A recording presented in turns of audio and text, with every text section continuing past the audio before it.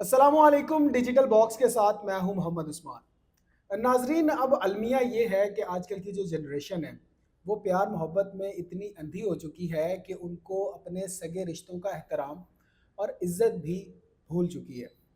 اب ایک واقعہ پیش آتا ہے کبیر والا میں۔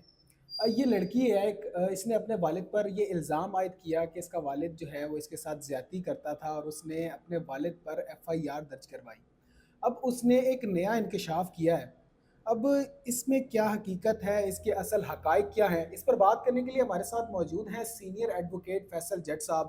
ان سے جانتے ہیں۔ السلام علیکم سر۔ وعلیکم السلام۔ سر کیسے ہیں آپ؟ الحمدللہ ٹھیک ٹھاک۔ سر، باپ اور بیٹی کا رشتہ بڑا معتبر سمجھا جاتا ہے۔ ان کی تو مثالیں دی جاتی ہیں کہ بیٹے سے زیادہ بیٹی جو ہے وہ اپنے والد سے محبت کرتی ہے۔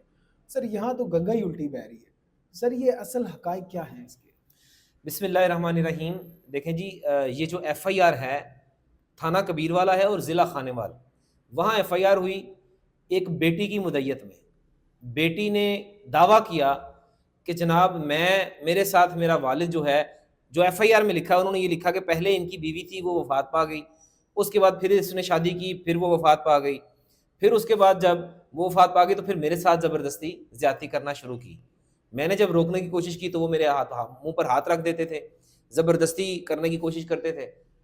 اینڈ یہ نکلا کہ جناب جب پتہ چلا، تفتیش ہوئی، ایف آئی آر ہوئی، والد گرفتار ہو گیا، جیل میں ڈال دیا گیا، سوشل میڈیا پر خبریں چلنا شروع ہو گئیں جناب، سوشل میڈیا پر اور نیوز چینلز پر جناب اس کی جیل میں بیٹھ کھڑے ہوئے کہ لوگ لان تان کرنا شروع ہو گئے۔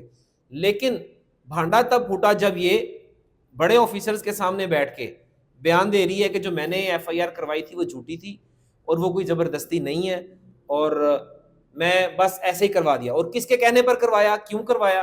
کیونکہ جی وہ جس لڑکے کو پسند کرتی تھی، اس کا نام شاید وکاس ہے، اس لڑکے کو پسند کرتی تھی تو اس سے شادی کرنی تھی، اور والد نے منع کیا کہ تم نے اس سے شادی نہیں کرنی۔ اس نے کیا کیا، والد پر زنا کا پرچہ کروا دیا۔ میں یہ سمجھتا ہوں کہ آپ کی بات وہ جو آپ نے کی کہ باپ اور بیٹی کی محبت ہوتی ہے، تو یہ واقعی بہت بڑی محبت ہوتی ہے بیٹی کی والد کے ساتھ۔ بیٹوں کی والد کے ساتھ کم ہوتی ہے کیونکہ بیٹوں کی والدہ کے ساتھ محبت ہوتی ہے، بیٹیوں کی باپ کے ساتھ ہی ہوتی ہے۔ یہ جو الزام لگایا اس باپ پر، جو اس کی جگ رسائی ہوئی، جو جگ ہسائی ہوئی، جو اس کا مذاق اڑا ہوگا رشتہ داروں میں، خاندان میں، محلے داروں میں، وہ شخص کیا منہ لے کر باہر جاتا ہوگا، میں یہ سوچ کے حیران ہو رہا ہوں۔ وہ بیٹی یہ کہہ رہی ہے کہ میں اپنی ہوش میں بیان دے رہی ہوں، یہ زبردستی کروایا تھا کیونکہ میں نے شادی کرنی تھی، اس سے پسند کی شادی کرنی تھی۔ تو یہ میں بھی اکثر ویڈیوز بناتا ہوں سوشل میڈیا پر، لوگوں کو گائیڈ کرتا ہوں کہ پسند کی شادی ہونی چاہیے، بچوں کی مرضی پوچھنی چاہیے۔ اگر وہ نہیں کرتے ہیں تو پھر دیکھیں نتائج غلط آتے ہیں۔ والد نے اگر وہ کہہ رہی تھی پسند کی شادی ہے، اس کو چاہیے کر دیتا، اس کو ٹور ٹریا کروا دیتا، تو بعد میں یہ ظلم اس طرح کی کہانیاں نہ آئیں۔ اکثر یہ بھی سننے میں آیا کہ آشنا کے ساتھ مل کے والدین کو مار دیا، والد کو مار دیا، والدہ، تو یہ ایسی کہانیاں سامنے آتی ہیں۔ ہم جب بھی اپنے اصولوں کو، ہم اپنی شریعت کو، ہم اپنے قانون کو فالو نہیں کرتے تو ہم نقصان اٹھاتے ہیں۔ اب اس لڑکی نے جب میڈیا پر آ کے یہ بیان دیا کہ میں نے یہ جھوٹی ایف آئی آر کروائی ہے، تو سوال یہ پیدا ہوتا ہے کہ ایف آئی آر درج کیسے ہو گئی؟ اب یہ قانونی کوسچن ہے کہ درج کیسے ہو گئی ایف آئی آر؟ یہاں پر تو لڑکیاں پتہ نہیں 4 مہینے کھجل ہوتی رہتی ہیں کہ جناب میرے ساتھ زیادتی ہوئی ہے، ان کی ایف آئی آر ہی نہیں کٹتی، ان کی تو درخواست چلتی رہتی ہے۔ پھر اس کے اوپر میڈیکل عدالت جو ہے وہ مانگتی ہے کہ میڈیکل ہونا چاہیے، میڈیکل فرانسک مطلب میڈیکل ہو، اس کی رپورٹ آئے، پھر جا کے ایف آئی آر درج ہوتی ہے۔ یہ کیسے؟ اس کی فرانسک یا کوئی میڈیکل نہیں ہوا؟ مجھے تو اس چیز کا علم نہیں ہے، لیکن جو ایف آئی آر سامنے آئی ہے، تو ایف آئی آر میں جو الزامات لگائے گئے ہیں، ایف آئی آر درج ہو گئی ہے۔ اب اس ایف آئی آر میں یہ بھی لکھا گیا ہے کہ جناب میں 1.5 ماہ یہ حملہ بھی ہوئی، مجھے گولیاں دے کے یہ کیا گیا۔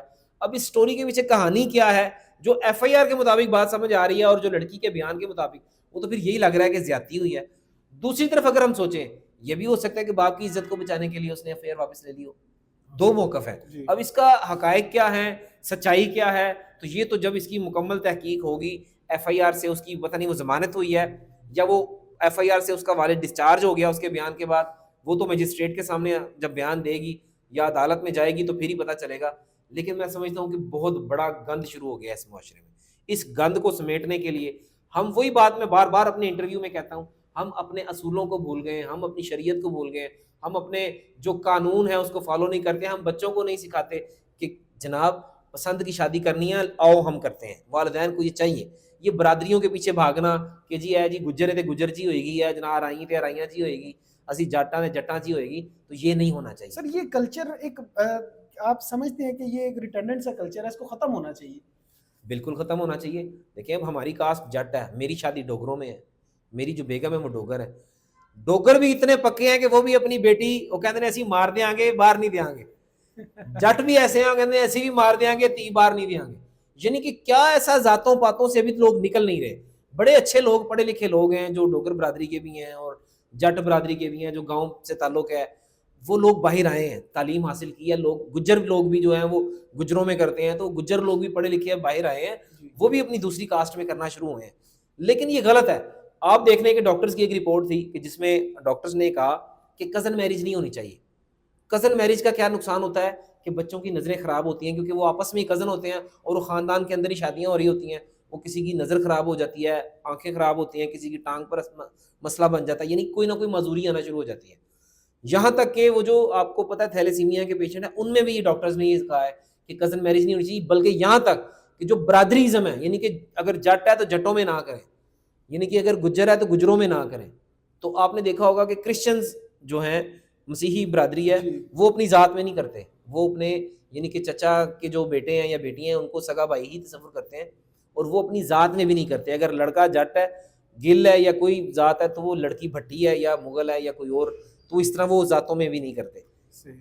اچھا سر، اب ذرائع کے مطابق پتہ چل رہا ہے کہ اس لڑکی کا جو آشنا تھا وکاس، اس کو بھی گرفتار کیا گیا ہے. تو سر آپ سمجھتے ہیں ایز این ایڈوکیٹ کہ اس کو سزا ملنی چاہیے اس بات پر؟ اگر یہ ثابت ہوتا ہے کہ اس کے کہنے پر کیا گیا ہے تو پھر تو ابیٹمنٹ ہوگی. ابیٹمنٹ ہوتی ہے آنت، 109 سیکشن 109 ہے. اگر کسی نے کسی کو ابیٹ کیا، آنت کی، یا اس کو اکسایا کہ تم جناب اس بندے کو یہ کر دو یا کیس کر دو یا یہ حق یہ کام کر دو، تو وہ اس کے ساتھ برابر کا شریک ہوتا ہے. ٹھیک ہے. جیسے ذوالفقار علی بھٹو صاحب کو 109 میں سزا ہوئی تھی تو وہ ابیٹمنٹ میں ہی ہوئی تھی. تو یہ اگر اس میں شامل ہوتا ہے، اگر یہ ثابت ہو گیا عدالت میں کہ اس نے کہا ہے، تو پھر اس کو سزا ہونی چاہیے. کیونکہ جھوٹا مقدمہ درج کروانا کسی پر بھی یا اس کو، تو وہ تعزیرات پاکستان 182 کے تحت اس کی سزا ہے 7 سال، تو وہ سزا ہوگی.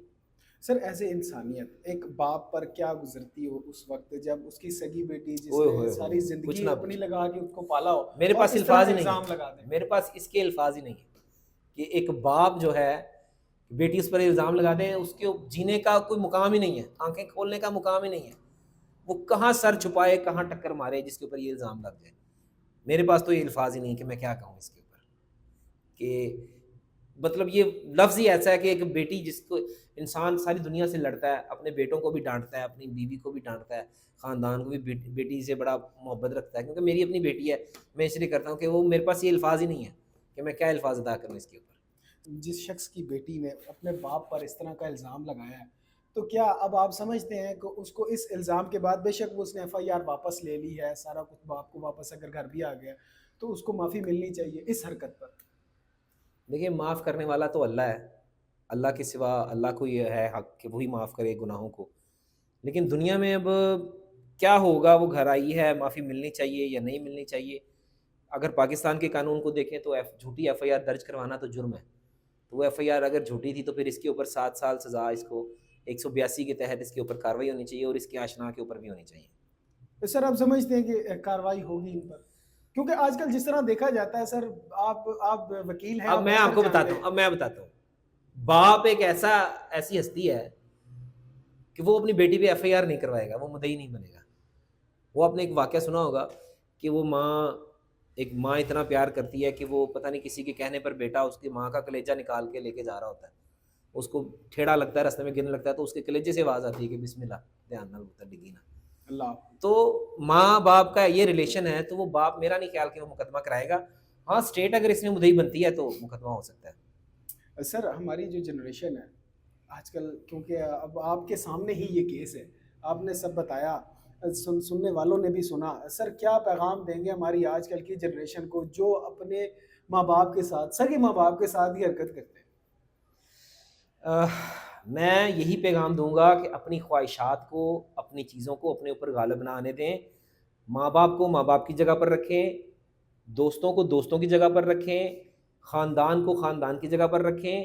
اور کبھی بھی، وہ ایک حدیث بھی ہے، اللہ کے نبی نے فرمایا کہ آپ ہمیشہ یکساں رہیں، مستقل مزاج رہیں. نہ کسی حد سے زیادہ بڑھ جائیں، نہ حد سے زیادہ کم ہو جائیں. تو درمیانی یعنی میانہ روی اختیار کریں گے تو اس میں آپ کا فائدہ ہے. جو چیز آپ کو پسند ہے آپ اپنے پیرنٹس سے ڈسکس کر سکتے ہیں. اگر پیرنٹس نہیں مان رہے ہیں تو یہ نہیں ہے کہ آپ اپنے پیرنٹس کے اوپر حملہ کر دیں یا ان کو مار دیں یا ان کے اوپر اس طرح کا گندا الزام لگا کے مقدمہ درج کرا کے جیل میں ڈال دیں کہ جناب انہوں نے ہماری شادی نہیں ہونے دی. سمپل جا رستہ سی. یہ جو لڑکی ہے اس کو میں اس کے لیے بھی اور بھی جو لڑکیاں سن رہی ہیں ان کے لیے بھی پیغام ہے کہ ماں باپ کے خلاف کیوں تسی جا رہے ہو. چپ کر کے جاؤ، ایک وکیل پڑھو، جا کے کورٹ میرج کر لو. سمپل. نہ ماں باپ کے اوپر کوئی بات ہو، نہ ایلیگیشن ہو، نہ ان کے اوپر الزام لگائیں. کورٹ میرج کر لو یا ماں باپ کو بتا دو کہ ہم کورٹ میرج کر لیں گے. اگر آپ نے نہ کیا تو ہم کر لیں گے. تو ماں باپ اچھے ہوں گے تو وہ آپ کو ویسے ہی کروا دیں گے. اگر نہیں تو آپ ماں باپ کے اوپر انگلی بھی نہ اٹھائیں. حکم یہ ہے اسلام میں کہ اف تک نہ کرو، کہ ماں باپ کی آواز کی اونچی آپ کی آواز نہیں ہونی چاہیے. تو سمپل یہی ہے کہ اگر آپ کو پسند ہے کوئی، ماں باپ نہیں مان رہے، چپ کر کے نکاح کر لو. ماں باپ کو بعد میں بتا دو نکاح کر لیا. سر بہت شکریہ آپ کا. جی ناظرین، آپ نے جٹ صاحب کو سنا، جٹ صاحب نے بڑا خوبصورت پیغام بھی دیا. تو اگر آپ کو بھی کوئی پسند ہے تو خدا را اپنے ماں باپ کو بتائیں، نہ کہ اپنے ماں باپ پہ اس طرح انگلیاں اٹھائیں، کیونکہ ساری زندگی وہ آپ کو نہ جانے کس طرح کس طریقے سے پالتے ہیں، آپ کو بڑا کرتے ہیں، آپ کو اس قابل بناتے ہیں. تو خدا را ان کی عزت کرے. آپ نے رب کو بھی جواب دینا ہی دینا ہے، تو خدا را اسی کا خیال کر لیں. اپنا بہت خیال رکھیں. اپنے میزبان کو اجازت دیجیے. اپنی رائے سے کمنٹ سیکشن میں ضرور آگاہ کریں. اللہ نگہبان.